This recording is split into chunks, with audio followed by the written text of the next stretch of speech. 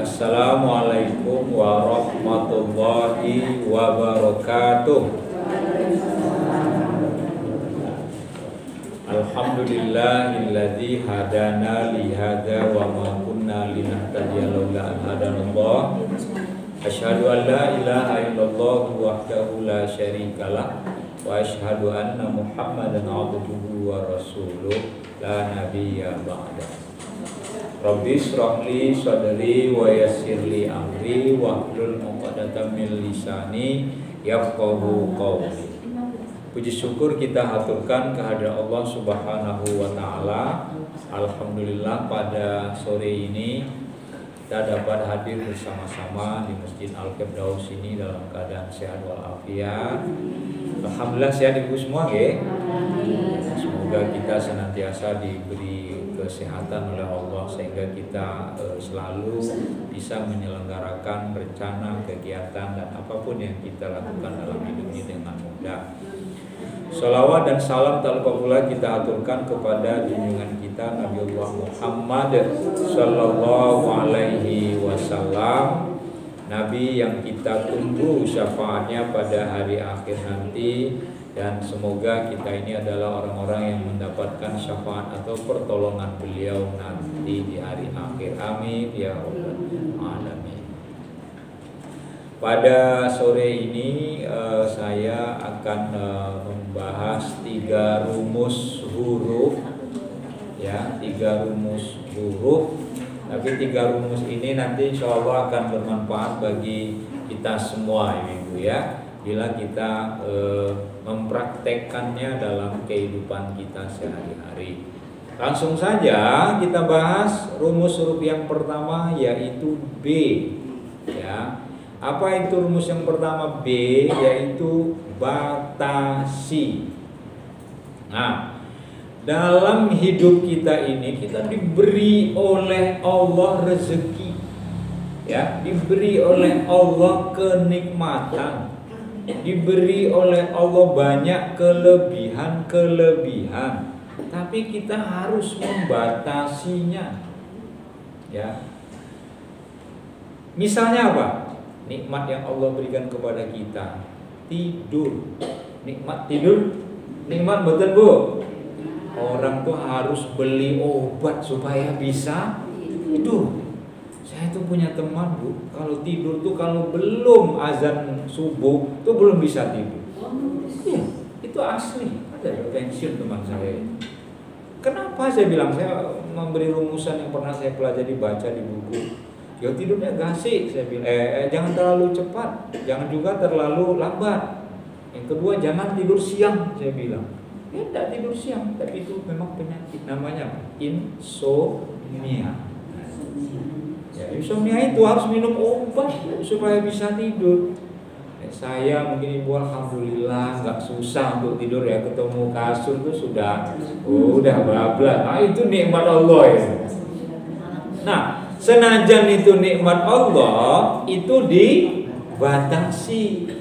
Jangan terlalu banyak tidur. Tidur itu memang sehat, tapi tidur banyak itu tidak bagus, ya. Banyak tidur itu tuh banyak efek-efek negatifnya, karena habis makan apalagi tidur, yang dimakan itu belum diolah oleh pencernaan dengan baik sehingga nanti itu menjadi obesitas, ya. Batasi itu tidur. Tidur harus, tapi batasi. Kan ada orang mikir, wah saya nggak perlu tidur, saya harus bekerja terus. Nggak boleh, itu zolim sama tubuhnya itu, aniaya. Tetapi ketika kita bisa tidur, batasi tidur kita itu. Misalnya apa? Ketika kita tidur jam 10, tidur yang baik itu kan maksimal pukul 11 ya. Karena kalau di atas jam 11 itu nanti itu tubuh kita bekerja sendiri. Ya, ada untuk jantung, ada untuk liver kita, ada untuk aliran darah dan macam-macam. Maka kalau kita tidur jam 10 saja, kalau kita tidur 6 jam, tidur sehat, itu nggih, jam sehat itu kata dokter 6 jam. Bangun pukul 4 itu badan itu sudah enak. Ya. Kenapa? Karena kalau kita tidur nanti misalnya pukul 2 atau pukul 3, bangunnya nanti lewat sholat subuh jam 7, jam 8, Ibu coba rasakan sendiri. Bangun tidur itu pukul 7, 8, 9 apalagi. Pusing enggak kepalanya? Pusing. Karena kita tidak memberikan porsi yang benar terhadap tidur untuk tubuh kita. Begitu juga makan. Nasi itu baik buat kita, tenaga itu, karbo. Bahkan nasi itu ternyata banyak mengandung gula. Itu. Tetapi batasi. Makan kalau cukup sepiring ya sudah, nggak usah sampai 3 piring.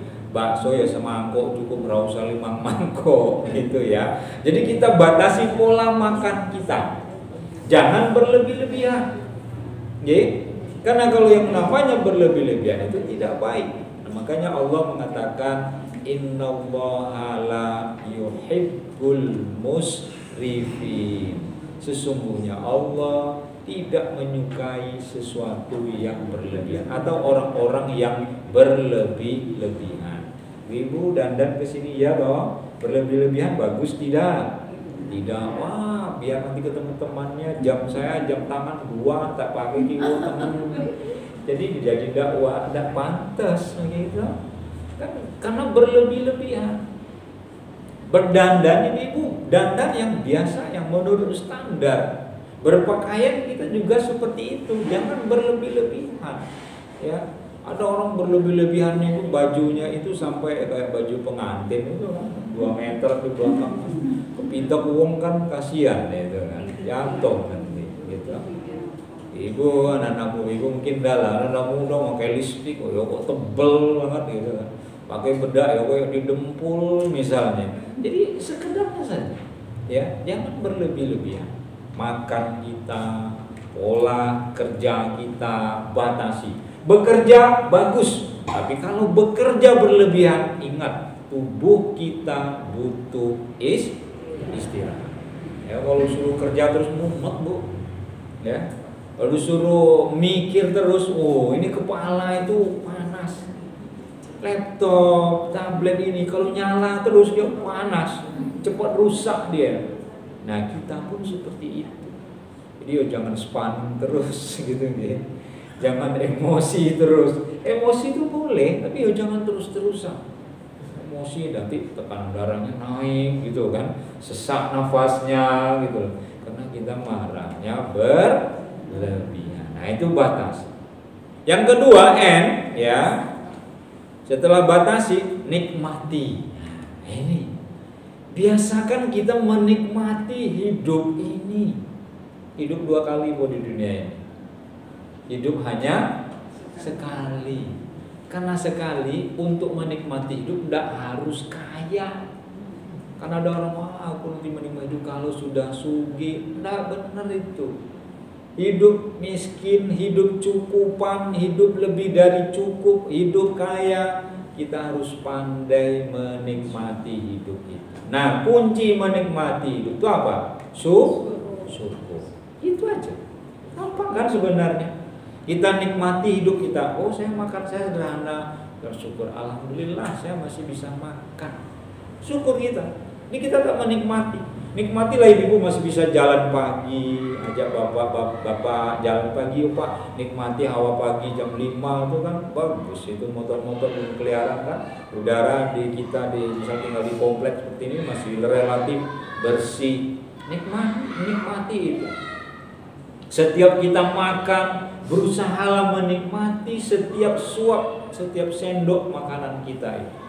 Caranya bagaimana? Jangan lupa baca Bismillah dan doa Allahumma barik lana fima razaqtana wa qina adzabannar. Itu kita nikmati itu. Makanya kalau orang menikmati makanan itu bukan banyaknya makanan gitu. Ya, makan banyak itu tidak harus bikin kita nikmat, tapi seberapapun yang ada di hadapan kita, lalu kita menikmatinya dengan rasa syukur karena itu adalah rezeki Allah, nikmati. Ya, poinnya di situ. Begitu juga dengan kualitas tidur. Kan ada orang sekarang menyebut key time atau quality time. Tidur hidup yang berkualitas, waktu berkualitas. Mumpung kumpul sama anak-anak, nikmati itu. Ya, mumpung mereka belum pada pergi, nikmati itu. Ya, mumpung kita bisa ngaji seperti itu, nikmati itu. Karena nanti kalau sudah kita nggak punya kesempatan seperti itu, nggak bisa lagi menikmatinya, kita akan kerasa betapa mahalnya dulu kita bisa kumpul, betapa mahalnya kita ketika kita sehat, ya. Kalau sudah seperti itu, berarti kita sudah terlambat. Nah, maka hidup yang sekali itu kita jadikan sebagai bentuk syukur kita pada Allah. Dengan cara apa? Nikmati.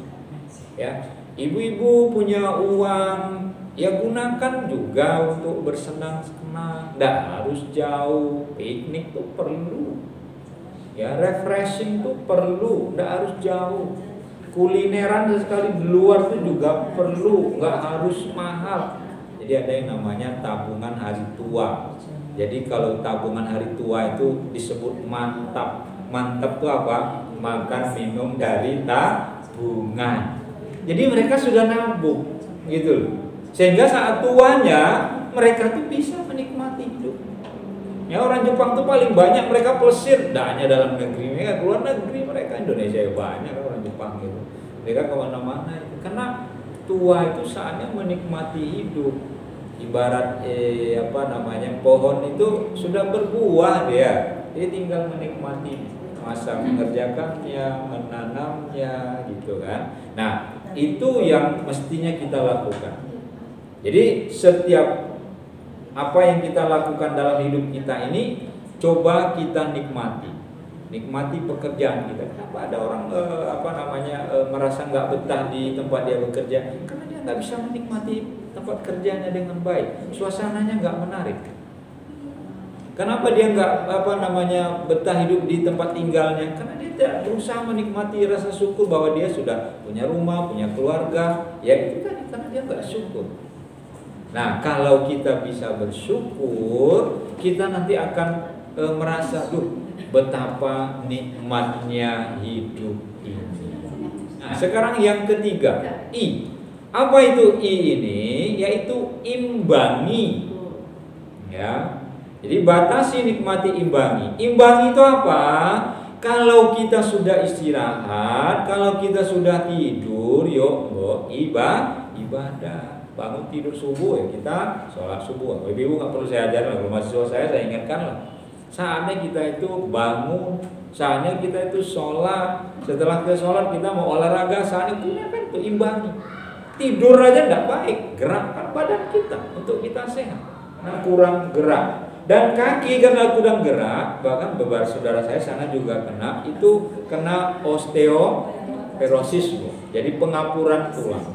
Kenapa? Karena jarang digerakkan. Nah, ibu-ibu tuh pagi ada waktu jalan bu, gerakan tidak perlu jauh-jauh jalan, gitu ya.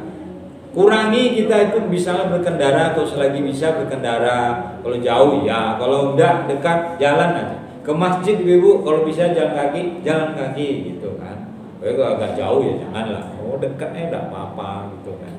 Itu kan benar. Kenapa? Kita tuh ada pemasukan, ya kita memakan makanan gitu, tetapi tidak ada pembakaran. Karbo itu nggak dibakar. Kita makan banyak, habis itu kita tidur, wah itu lebih bahaya lagi. Makanya soal perimbangan ini itu disebut oleh Rasul dalam hadisnya. I'mal li dunyaka ka'annaka ta'ishu abada wa amal li akhiratika ka'annaka tamutu abada. Beramallah kamu untuk duniamu seakan-akan kamu hidup ya selama-lamanya. Tapi beramallah kamu, beribadahlah untuk akhiratmu seakan-akan kamu mati besok pagi. Ini ajaran keseimbangan. Jadi harus seimbang antara istirahat kita dengan tidur kita, istirahat kita dengan makan kita, terus kita imbang. Ibu-ibu mungkin juga sering baca berita, ada orang kok siang-siang aja mau olahraga kok malah mati gitu kan. Justru karena olahraganya ya salah dia. Dari informasi yang kita baca, tubuh dia itu capek. Biasanya orang yang bekerja ya, mestinya istirahat dan dibawa tidur, tapi langsung olahraga berat. Apa yang terjadi adalah bahwa dia terlalu memforsir tubuhnya. Olahraga baik, tapi harus imbangi juga istirahat. Ibu olahraga itu tidak baik, ya makan terus juga tidak baik. tapi harus seimbang antara istirahat kita dengan ya apa yang kita lakukan. Kalau terlalu dikejar itu, wah ini olahraga kok bisa sih orang sehat kok jadi meninggal, kan olahraga. Saatnya istirahat aja. Ya, saatnya kita menggerakkan olahraga, tubuh kita gerakkan olahraga dan ukur. Makanya seperti ini dokter mengatakan, umur berapa Pak? 50, oke, jangan lari ya Pak olahraganya. Itu betul. Seusia saya nggak direkomendasikan untuk lari, umur saya 50 ini nggak direkomendasikan untuk lari. Ya, kalau lari itu umur di bawah 40. Kalau ada orang Pak 50 masih kuat lari, itu biasanya dia sudah terbiasa tuh tentara, polisi, atlet, itu dia udah biasa. Kan nggak kuat nafasnya. Ya, jangan dipaksa. Nah, ini sesuai olahraga itu dengan kondisi tubuh kita. Nah, olahraga yang paling baik itu seusia saya dan ibu-ibu ini adalah jalan pagi itu. Itu kenapa baik buat kita? Kita nggak sesak nafas kita kan? Olahraga dengan jalan pagi itu nafas kita teratur, tenaga kita juga tidak banyak keluar karena cuma jalan aja. Perimbangan inilah yang harus kita lakukan. Enggak imbang, usia sudah 50 tahun ke atas, olahraganya ngangkat barbel. Nah, itu pengen golek mati itu. Ya kan? Enggak ngaca diri gitu loh. Kita harus menyesuaikan diri kita. Ya. Nah, keseimbangan dalam hidup itu sangat penting. Kenapa? Hidup kita di dunia ini belajar dari alam. Kenapa kita belajar dari alam? Alam ini bisa seperti itu karena keseimbangan. Coba kita lihat, ada siang, ada malam, kan seimbang ya, ada siang malam, ada baik, ada jahat, berlawan-lawanan itu. Bisa nggak kita menyeimbangkan itu? Dan alam yang kita lihat seimbang ini, matahari terbit dari timur, habis itu nanti dia ke barat, besok begitu lagi gitu kan. Keseimbangan itu adalah bukti keteraturan alam. Kalau dia sudah tidak seimbang, ketika planet-planet itu nanti bertabrakan, bulan, bumi, matahari bertabrakan, bumi ini kan planet ya, nah itu sudah kiamat kubro. Itu disebut oleh Al-Quran, idza zulzilatil ardu zilzala wa akhrajatil ardu asqala. Apabila nanti bumi diguncang dengan seguncang-guncang, itu keteraturannya sudah tidak ada. Jadi imbangi. Bukan berarti kita itu tidak boleh marah. Marah itu ada pada diri kita itu, tapi marah yang terkendali. Sama hal seperti nafsu. Nafsu itu tidak untuk dihilangkan, tetapi dikendalikan. Itu kuncinya. Nah, dalam hidup kita tuh seperti itu. Jadi kalau hidup kita itu seimbang, makan kita seimbang, olahraga kita seimbang, tidur kita seimbang, harta kita juga kita bisa seimbang. Nah, kalau harta seimbang gimana Pak Taufik? Gampang. Kalau rezeki kita banyak, harta kita banyak, jangan lupa sedekah. Nah, itu namanya seimbang. Jadi duit itu nggak masuk aja, tapi kita keluarkan juga untuk kebaikan. Ya. Kenapa? Karena harta yang kita miliki itu mestinya dia adalah sarana kita untuk beribadah. Kita berzakat, kita bersedekah, kita berinfak, itu sarana kita beribadah. Jangan dikekepi, nggak bakal kita bawa mati hartanya. Nah, itu seimbang itu di situ. Baik, Ibu, kalau ada pertanyaan saya persilahkan. Kalau ada seputar ini yang ingin ditanyakan. Masih ada 3 menit.